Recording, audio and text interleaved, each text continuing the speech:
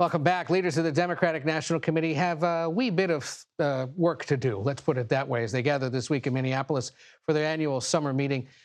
They're out of power. They're lagging behind Republicans in most fundraising.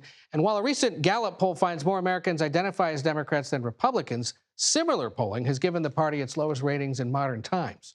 Against that backdrop, we're joined by the vice chairman of the Democratic National Committee and Pennsylvania State Representative Malcolm Kenyatta, who is in Minneapolis tonight. Thank you for being with us. There's been a lot of discussion about sort of, I think as your chairman put it earlier today, winning arguments versus winning elections, and the need to focus on the big prize, which is actually convincing voters to vote for members of your party. How do you guys address that divide on tactics and strategy moving forward this week? So let me start by making this point that I think sometimes gets missed. Not only does Donald Trump not care about the American people, he doesn't like the American people.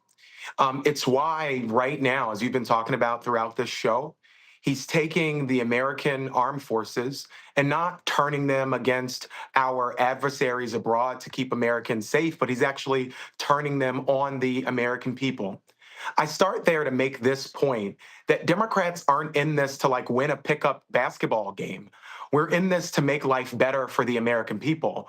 Because when we look out at this country, we actually give a damn about the farmers who I talked to in North Dakota this weekend, who are seeing the cost not only of fertilizer, but the cost of the equipment that they need go up because of this president's erratic tariffs. We give a damn about making sure safety is a reality in our communities. That's why Democrats have been talking, as many of your guests have mentioned, about ghost guns, of which I'm one of the prime sponsors of a bill to deal with ghost guns in Pennsylvania. It's why we've been investing in mental health when given the opportunity to lead. It's why we've been trying to invest in homelessness prevention. I highlight those things to make the point that it is healthy to have a party that is having a fruitful and important debate about how we win elections to have the power to make life better for the American people versus an administration that spends every single day trying to make life better for their dear leader. Um, and I hear you on that, and I think there are some who will have heard your answer and think, but there they go again. You ask a Democrat a question about the trouble they have, and the first thing they talk about is Donald Trump. Is there something affirmative that Democrats would do to help improve voters' lot in life right now that maybe isn't as directly tied to the president, or something that he's not talking about?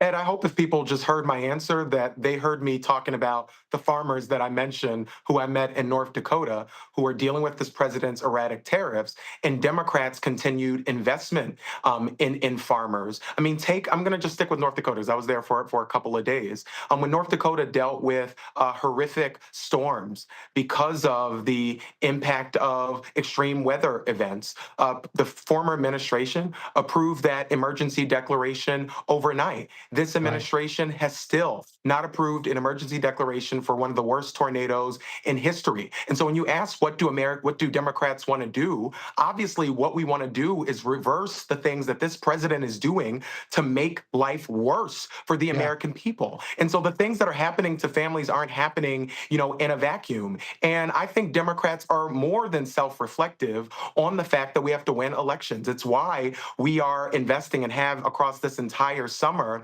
in getting organizers on the ground. This is the earliest investment we have made in quote unquote, off cycle investment in organizing that we've ever seen the Democratic Party make. It's why we're investing $1 million a month in our state parties so that they can reach out to people in their communities to talk about how we make their lives better. And it's why we've been crystal clear.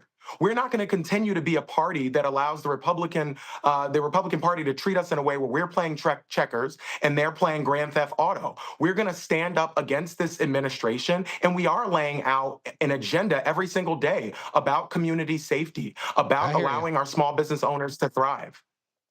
In our remaining seconds, yay or nay on restoring New Hampshire as the first state in the presidential primary calendar? Where do you stand on that one? Say that one more time. I'm sorry. New Hampshire, should it go first again in the presidential primary calendar? I know that's one of the things you guys might discuss. Well, listen, we're gonna have that conversation. I'm certainly not gonna come on here and get ahead of the Rules and Bylaws Okay, Committee. non-committal he is. All of our states are gonna have that conversation. All of our excuse me, our DNC members who are on the Rules and Bylaws Committee is gonna have that conversation with our states. But what I'm excited about is that we're gonna have some incredible nominees who are gonna be running up and down the ballot, and certainly for president, that the American people are gonna get to hear from. All righty. Well, we'll do that over the course of the next few years, but we appreciate you being here. Good luck with your meetings this week. Malcolm Anytime. Kenyatta from Minneapolis, thank you.